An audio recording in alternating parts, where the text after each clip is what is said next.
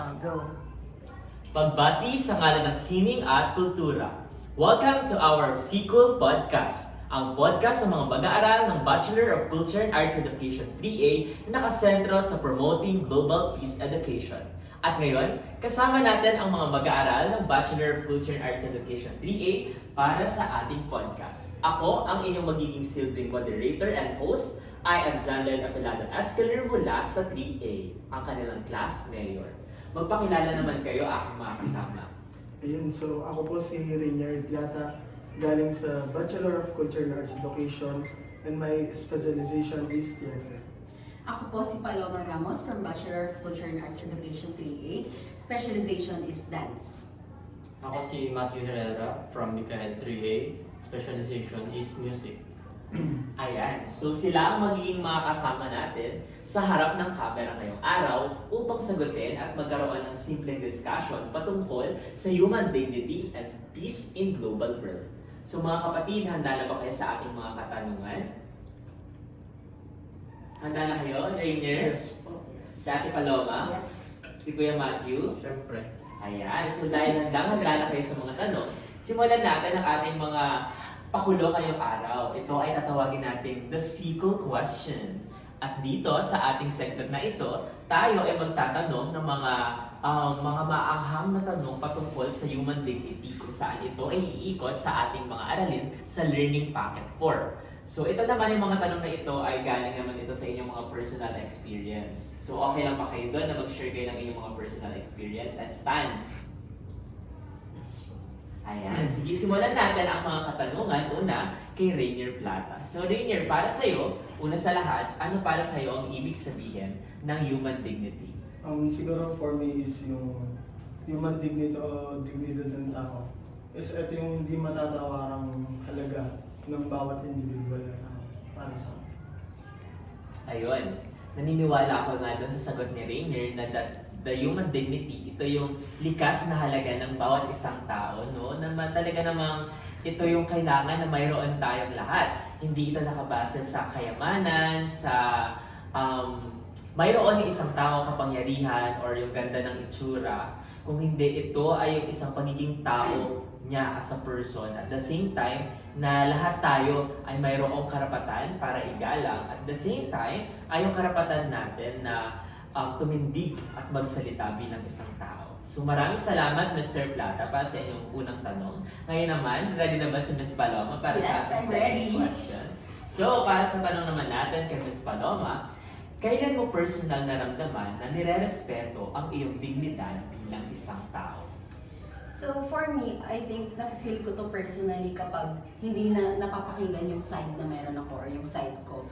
So for me, mahalaga din na kailangan ma-voice out yung opinions na meron tayo. So in that way, may respeto sa ating dignidad bilang tao.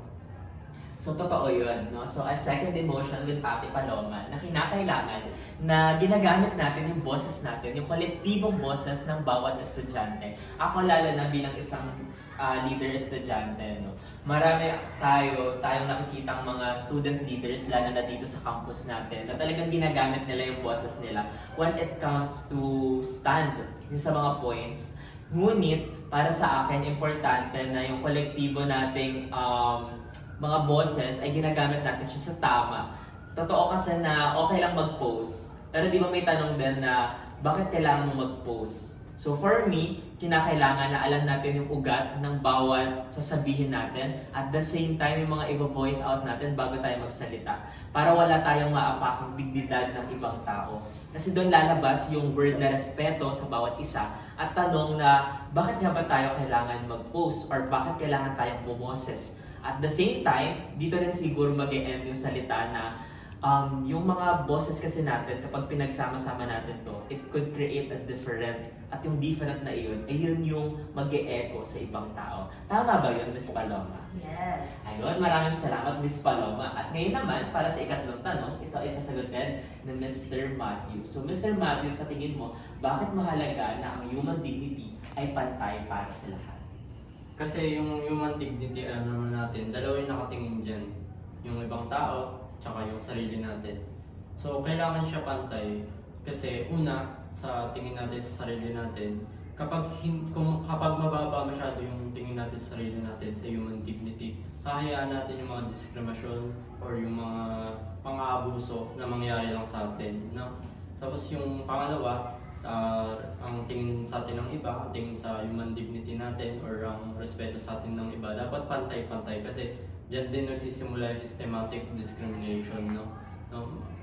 Magdidiskrimina na tayo ng iba't ibang tao porket iba-iba lang yung tingin natin sa kanila. So dapat simula pa lang pantay na, no? Yan. Ayun, maraming salamat Mr. Herrera. So, para naman sa ating next question, ito ulit ay kay Mr. Plata. So, ready ka na ba Mr. Plata? Yes. Parang kinakabahan ka kasi tahimik ka eh, or okay lang sa'yo? Okay. Okay lang sa kanya. So, simulan na natin ang ating ika-apat na tanong. So, kung pipili ka ng isa sa mga karapatang pantao, for you, ano yung pinakamahalaga para sa'yo? Siguro for me is yung nabanggit ng ating ni Kuya Matthew na yung yung karapatan bilang pagkakapantay-pantay or walang diskriminasyon. Dahil dito is ma-express natin yung kung ano yung meron tayo, kung ano yung kultura na meron tayo. May papaalam natin sa iba na hindi tayo sinasabihan ng ay ganito pala sila, ay ganito pala yung culture na meron sila na iba pala sa atin. Na yung pinagmulan nila, yung mga lahi nila o yung mga pansarili nila is walang magiging parang reaksyon ng ibang tao. Para sa iyo, Mr. Plata, no, dahil ikaw nga ay Culture and Arts Education, sa tingin mo, sa paanong paraan tayo makakapag-engage bilang BICA-Ed students sa karapatan natin na magkaroon ng equality when it comes sa pagiging pag-alam natin ng kultura na mayroon tayo? Siguro yung pagiging equality is yung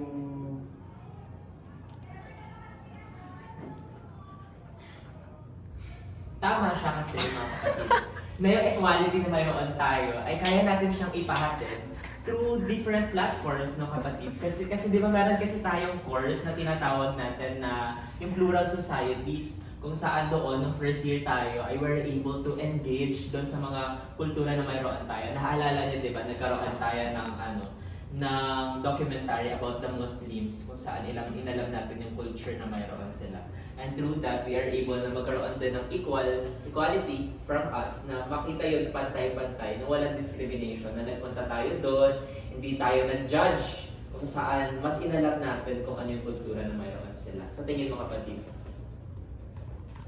siguro yun na ayun nga na pumunta tayo doon na kahit hindi natin alam nga yung culture nila is hindi natin sila parang ginudge nga na ay ganito pala sila, na yung mga Muslim ganun pala yung ginagawa nila, na iba yung ginagawa nila sa mga different na events na pagdiriwang, mga ganun na kumbaga pagpunta natin doon, wala tayong kaalam-alam. Then pag nalaman na natin yun, is hindi naman po pwede na ang sasabihin natin sa ibang tao na ikukwento natin na ay ganito pala sila. Ganito pala yung ginagawa nila doon. Na hindi natin sila po pwedeng husgahan kung ano yung meron sila. Kasi yun talaga yung kultura na pinaniniwalaan. Yes, doon din papasok siguro yung skill na tinatawag din natin na dapat maroon tayo ng digital literacy kapag ina-incorporate na natin yung mga data na nakalat natin from documentary na para makapagbigay ng aral sa mga tao as a culture and arts students. So maraming salamat Mr. Plata. Ngayon naman, pupunta tayo kay Ms. Ramos. Okay ka lang Ms. Ramos? So ngayon, para sa tanong mo, ano kaya yung kahalagahan ng Golden Rule? Ito yung gawin mo sa iba ang nais mong gawin nila sa'yo sa usapin ng human rights. For me, wait up. Ano question yan? 6. 5, 8, 9, 10 talaga. Sige, go. Sige, wait lang. Ikakat ko na lang. Okay na yun, Ting. 6, 8. Sa paligid mo sa muna kita ang bakla talaga 8 talaga sinabi ko 8, 9, 10. 5, 6. Ako lang 5, 6. 5, Go. 8. So para sa iyo, Ms. Paloma Ramos, ano kaya ang kahalaga ng Golden Rule? Ito yung gawin mo sa iba ang nais mong gawin sa iyo sa usapin ng human rights. So for me, I think yung sa usapin ng human rights, ano lang siya, reciprocate, parang ganun lang. Kasi kapag, when it comes na sa isang tao, kapag nirespeto mo yung isang tao, I think, babalik din yung respeto na meron sila sa'yo. Ganun. Sa tingin mo, kapag importante kaya na, kanyari, ginawan kita ng masama, paano, dahil nga ba ginawan ka niya ng masama, gagawan mo lang siya ng masama? Or hindi siya dapat?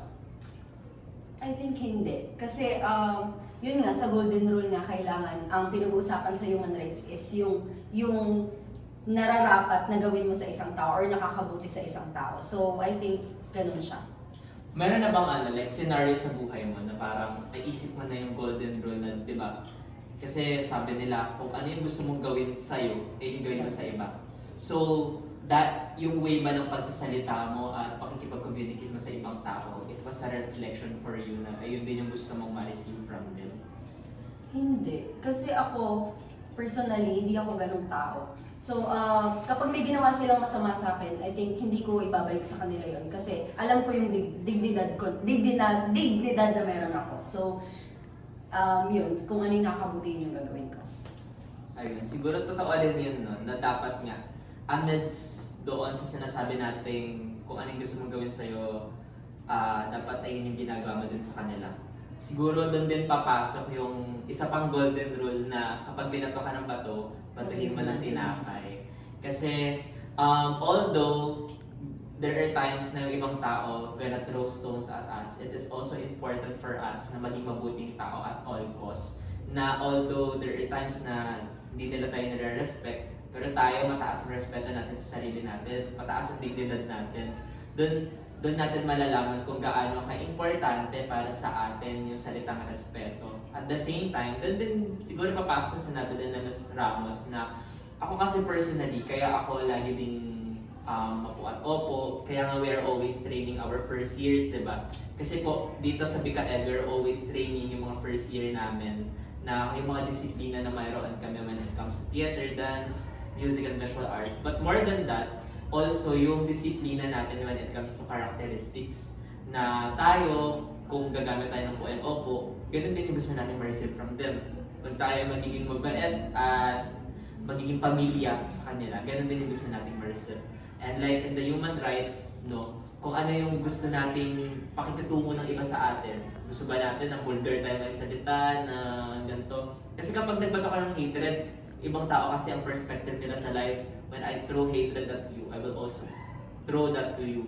No, kaya like for example dito sa campus natin, kung titignan natin yung campus natin, marami sa social media tayo nakikita na laging nag-aaway, nagbabatuhan ng mga kung ano-anong words kasi yung perspektibo nila sa buhay. Pero kapag in-incorporate natin yung dalawa together, doon natin mas makikita na kinakailangan natin mas maging mabuting tao muna bago maging isang mamamayang Pilipino. Tama? Tama! Ayun. So next question natin ay para kay Mr. Herrera. So bilang estudyante, paano mo maipapakita ang pagtupad sa karapatan at pananagutan mo sa iba? Ayan. So bilang estudyante, simple lang naman yun, no? Dapat mag-aral na mabuti kasi holistic development tayo. So dapat bukod lang sa akademya, dapat yung pagiging spiritual natin, yung pagiging makatao natin, dapat kasama yun sa pag-aaral natin. Pero kung gusto mong mag-go above that, go beyond that, sa ating eskwelahan, meron tayong community, meron tayong mga events na nagpapahiwatig or nagpapaaral ng mga human rights, human dignity, etc.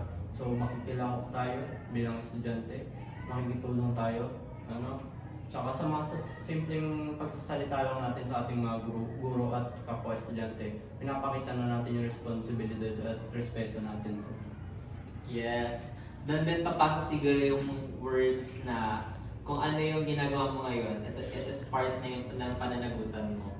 So yun. So maraming salamat mga kapatid sa pagsagot ng mga inyong mga questions. At tutungo na tayo sa ating last questions. Okay na ba kayo? Okay lang kayo sa mga sagot ninyo? So nandito na tayo para sa ating huling part ng question. So I want you guys na itong last question na ito ay manggaling sa inyong mga puso. And also kung kaya mag-share ng inyong mga personal experiences ay mas maganda para mas yung mga viewers natin ay mas makuha nila yun from your heart. So ito ang ating huling tanong. Bilang kabataan, ano ang maaari mong maiambag para matiyak na ang dignidad ng bawat tao ay iginagalang? Siguro for me is pwede tayong gumawa ng parang event or pagtitipon ng mga kabataan lalo na sa mga nasa mga nasa teen age na mga edad para din malaman nila kung ano nga ba yung mga kultura na meron sila isa-isa. Then wala din ng mga diskriminasyon na maririnig para din magkaroon sila ng parang dito yung collaboration sa isa't isa. Kasi sa tulong ng event na yun, is magkakaroon sila ng parang pagkakaisa, pagkakaroon ng unawa sa kung ano yung meron sila. Yun yung mga paniniwala na pwede nilang mai-share sa mga magiging kasama nila sa event na. Siguro follow-up question ka lang kay Mr. Plata. Sa iyong buhay, paano mo napapakita na ginagalang mo yung mga kapwa? Siguro by yung say ng po and opo, and yung mga nakapaligid sa akin siguro, like yung mga medyo may sa akin, yung mga